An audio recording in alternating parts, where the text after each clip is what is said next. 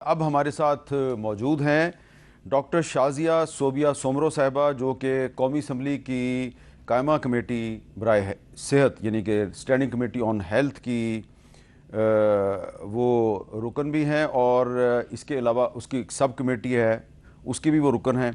और उनके साथ मौजूद हैं जनाब जहांगीर जदून साहब, वकील हैं लेकिन इस्लामाबाद के साबिक एडवोकेट जनरल हैं, और इस मामले पे उनकी काफ़ी मालूमात हैं, इसलिए हमने उनको आज तकलीफ़ दी है। डॉक्टर शाजिया साहब, बहुत बहुत शुक्रिया। सबसे पहले तो ये बताइए कि आपने पिम्स का दौरा किया जी। और वहाँ पर आपने जो जाए हादसा है उसको भी देखा, आपने डॉक्टर्स के साथ, स्टाफ के साथ बात की, मुतासरीन के साथ बात की। आपने क्या नतीजा निकाला, क्या हुआ वहाँ पे? बहुत शुक्रिया मीर साहब कि आपने इस सेंसिटिव इशू पे बात करने के लिए मुझे इनवाइट किया। जब हम वहाँ गए तो वो दिल खराश मंज़र मैं समझती हूँ कि मैं कभी भूल नहीं सकती जो हालात मैंने वहाँ देखे हैं। और जब हमने वहाँ पे ईडी साहब से, वहाँ के ड्यूटी डॉक्टर से, स्टाफ से बात की तो उनके बयानात में बहुत तज़ाद था। उनके हर किसी का एक डिफरेंट ओपिनियन आ रहा था, और जिसको सुन के हमारे अंदर और थोड़ी सी शक और शुबात पैदा हो रहे थे कि कोई ऐसी चीज़ है जो कहीं ना कहीं मिसिंग है। तो वो चीज़ें जब हमने आइडेंटिफाई करना शुरू की तो हमें पता चला कि वहाँ पे फायर फाइटिंग की कोई अरेंजमेंट नहीं थे। जो इमरजेंसी एग्ज़िट डोर है वहाँ पे कोई ऐसा अरेंजमेंट नहीं था कि वहाँ से अगर खुदा ना खास्ता ऐसे कोई चीज़ होती है तो वहाँ से कैसे बच्चों को या पेशेंट्स को निकाला जाएगा। और यहाँ तक कि जो मॉक एक्सरसाइजेज होती हैं इमरजेंसी की, वो तक वहाँ पे नहीं हुई हैं। और फरवरी में अकॉर्डिंग टू ईडी पिम्स के वहाँ हमने फरवरी में ये मॉक एक्सरसाइजेस करवाई हैं, लेकिन जब हमारी बात डॉक्टर से और स्टाफ से हुई है तो उन्होंने कहा कि हमने कोई ऐसी एक्सरसाइज नहीं की है।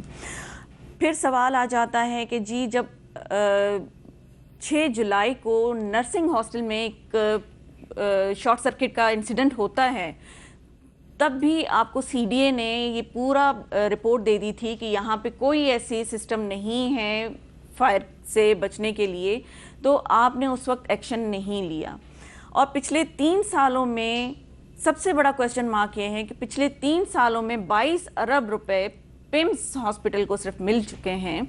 तो हमें आज वो बिल्डिंग देख के जो 1989 में बनी हुई है, उस बिल्डिंग को देख के कहीं से नहीं लगा कि 22 अरब रुपए इस पिम्स हॉस्पिटल को मिले। वो जो बिल्डिंग है, आपकी इतला के लिए अर्ज है, वो गवर्नमेंट ऑफ पाकिस्तान ने नहीं बनाई हुई, वो जायका की बनी हुई है। वो जापान के पैसों से बनी हुई, जायका की बनी हुई है। और अभी भी न्यू बिल्डिंग बिल्कुल उसी के साथ ही एडजेसेंट है, और उसको वो भी जायका ने ही बना के उसके अंदर एक और यूनिट है, वो WHO ने बनाया हुआ है, वो भी ऑपरेशनल नहीं है। वो भी जायका का ही एक नया बिल्डिंग है जिसको उन्होंने MCHC बना दिया है। वो न्यू बिल्डिंग है, उसमें गायनी वार्ड है, लिबर रूम है, ऑपरेशन थिएटर है और NICU बना हुआ है, पूरी एक फंक्शनल नर्सरी है। तो जब आपके पास पूरा एक यूनिट बना हुआ था तो उन बच्चों को आपने कुर्बानी का बकरा बनाने के लिए उस पुराने यूनिट में क्यों रखा था? अच्छा। और दूसरी बात ये कि सबसे बड़ा क्वेश्चन मार्क ये है कि अगर जो हमारी इंफॉर्मेशन वहाँ जाके हमें पता चला है कि कल से हम सुन रहे हैं कि 14 से 15 बच्चे थे जो जले हैं, लेकिन वहां जाके हमें ये पता चला है कि वो 14-15 बच्चे नहीं थे, वो 40 से 50 से भी ऊपर बच्चे थे उस नर्सरी में, जिनके लिए कोई बात नहीं हो रही है। और जब हमने, क्योंकि जब आप काउंट करते हैं ना मुतासरीन, मदर्स और फादर्स जो चीखो पुकार कर रहे हैं, तो वो 14-15 नहीं है, नहीं, वो बहुत ज्यादा है। नहीं, मतलब उस नर्सरी में जो आग लगी है उसमें सिर्फ 15 बच्चे जले नहीं हैं। 15 बच्चे तो उन्होंने सिर्फ आइडेंटिफाई करके बताए हैं। तो उसमें हमें जो वहाँ पे हमने लोगों से बात की, वहाँ पे पेशेंट से, अटेंडेंट से बात की, तो पता चला कि उस नर्सरी में 40 से 50 बच्चे उस टाइम पे मौजूद थे। ये सारी बातें जो आप हमें बता रही हैं, ये आप अपनी रिपोर्ट में लिखेंगी? जी बिल्कुल, ये हमारी स्टैंडिंग कमेटी में क्रेडिट देना चाहूँगी अपनी पार्टी को, पाकिस्तान पीपल्स पार्टी को, कि उन्होंने हमें सपोर्ट किया।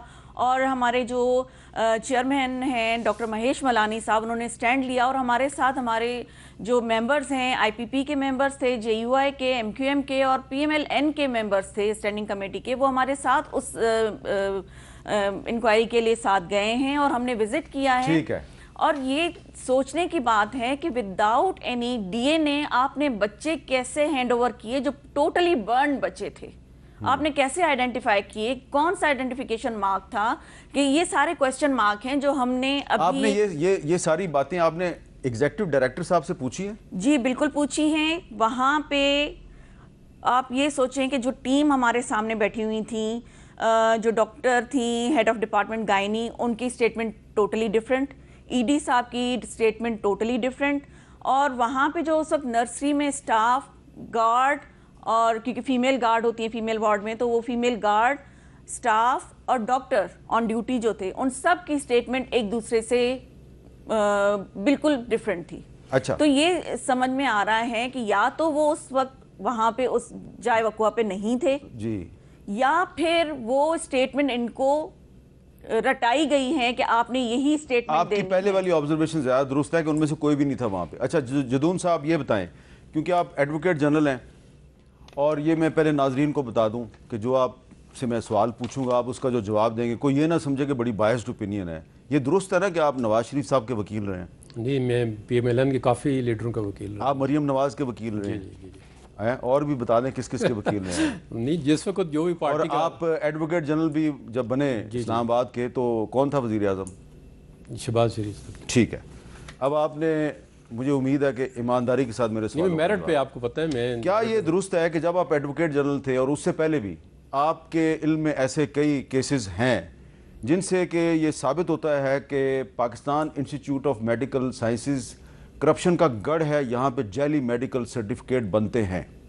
ये बिल्कुल करेक्ट बात है।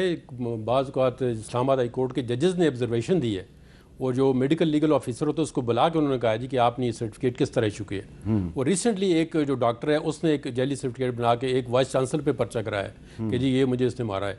देखिए, इसके अंदर इतनी करप्शन है, इसके अंदर जितने भी बंदे हैं, आप रेडियोलॉजी डिपार्टमेंट देखें, कोई डिपार्टमेंट देखें, एम्प्लॉइज़ के अंदर झगड़े हैं। 103 केस। आपने जो रेडियोलॉजी डिपार्टमेंट का वैसे सरसरी जिक्र किया, थोड़ी तफसील में जाए ना। अब उसमें यह है कि देखिए, रेडियोलॉजी की जो हेड है उनका एक केस चल रहा है इस्लामाबाद हाई कोर्ट के अंदर पिछले 4, 5, 6 साल से, 2018 से। वो कहते हैं जी ये सिफारिश से भर्ती की गई है। अब हम नहीं कह रहे कि वो, लेकिन कोर्ट ने डिटर्मिन करना है कि उसकी अपॉइंटमेंट किस तरह हुई है, कौन उसको लाया है, किसके इन्फ्लुएंस से लाई। ये एक नहीं है, इसकी मतलब 50, 60, 100 मिसालें ऐसी हैं कि पिम्स के जो हालात हैं, वो मैनेजमेंट जो एडमिनिस्ट्रेशन है वो ठीक नहीं है।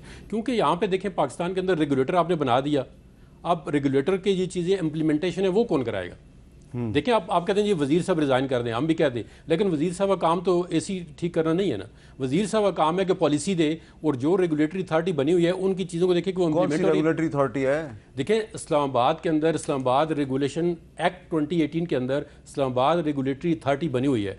अब आज दिन तक मैं मीडिया में हेल्थ केयर रेगुलेटरी अथॉरिटी, जी हेल्थ केयर रेगुलेटरी अथॉरिटी, और health care regulatory authority under section 3 of the health regulation act 2018 के तहत बनी हुई है और मौजूद है। उसका काम क्या है? इस्लामाबाद के अंदर इतनी पावरफुल वहाँ पे अथॉरिटी है, उसके अंदर टेक्निकल लोग हैं, उन्होंने देखता है उस पावरफुल अथॉरिटी का पावरफुल सरबराह कौन है? वो सरबराह जो है वो, अब मैं अगर इधर बता दूंगा तो जिससे लगाया है, जिसकी सिफारिश से लगाया है, तो मेरे ख्याल में मुनासिब नहीं है। उन्हीं का लगाया हुआ तो नहीं है, उन्हीं की सिफारिश से तो नहीं लगा जिनके केस आप कोर्ट में डिफेंड करते हैं। बात देखें, गवर्नमेंट ऑफ द डे ही लगाती है, लेकिन उसका काम है कि रेगुलेटरी अथॉरिटी को। गवर्नमेंट ऑफ द डे ने नहीं लगाया, गवर्नमेंट ऑफ द डे की एक पावरफुल शख्सियत ने लगाया, और ये उनके रिश्तेदार हैं। अच्छा, रिश्तेदार हैं, लेकिन देखें, आपको पता है ना रिश्तेदार हैं, लाइजान है उनका बहुत ज्यादा। अब लाइजान है, क्लोज जानने वाले, रिश्तेदारी का नहीं मुझे पता, लेकिन ये पता है कि क्लोज जानने वाले। अब रेगुलेटरी अथॉरिटी को आप चलने दें। रेगुलेटरी अथॉरिटी का बेसिकली क्या फंक्शन है? हेल्थ केयर एस्टैब्लिशमेंट जितनी भी है इस्लामाबाद के अंदर, पूरे पाकिस्तान के अंदर जो प्रोविंस के अंदर होता है, हेल्थ कमीशन होता है, हेल्थ रेगुलेटरी कमीशन होता है। अब पंजाब के अंदर थोड़ा सा उन्होंने भी एक्टिव किया, बाकी सूबे के अंदर तो एक्टिव ही नहीं है। अब कहते हैं सूबे बना लो, सूबे के अंदर जो एस्टैब्लिशमेंट बनी हुई है वहाँ पे ना चीफ मिनिस्टर को पता होता है, ना हेल्थ मिनिस्टर को पता है। अब पाकिस्तान के अंदर जितनी हॉस्पिटल है ना उनकी, लेकिन ये तो एक जो अस्पतालों में आग लगने का मामला है ना, उनका काम है, ये तो एक मुल्कगीर मामला है ना, पहली दफा तो लगी नहीं है। ये जनाब 26 अगस्त 2026 को ये पिम्स में वाकया हुआ है। 8 जून 2024 को ये साहिवाल के एक टीचिंग हॉस्पिटल के चिल्ड्रन वार्ड में आग लगी, 11 बच्चे इसी तरह वहाँ पे जाँ भाग हो गए। 27 मई 2023 लाहौर के चिल्ड्रन अस्पताल की नर्सरी में इसी तरह एक नौमौलूद बच्चा जो है वो जाँ भाग हुआ। 23 मई 2021 को सरदार बेगम मेमोरियल टीचिंग हॉस्पिटल सियालकोट में ऐसा ही वाक़या हुआ, 15 बच्चे जो हैं वो मुतासर हुए। 9 जनवरी 2020 national institute of child health Karachi में बच्चों के ICU में आग लगने से 2 नौमौलूद बच्चे जो हैं वो जाँ भाग हुए। 13 जुलाई 2013 फैसलाबाद के एलाइड अस्पताल के शोबा इत्फाल में आग लग गई। 7 जून 2012 सर्विसेज अस्पताल लाहौर में बच्चों की नर्सरी में आग लगने से 4 बच्चे इसी तरह जाँ भाग हुए। ज़्यादातर वाक़यात वैसे पंजाब के हैं। तो ये एक मुल्कगीर मसला है।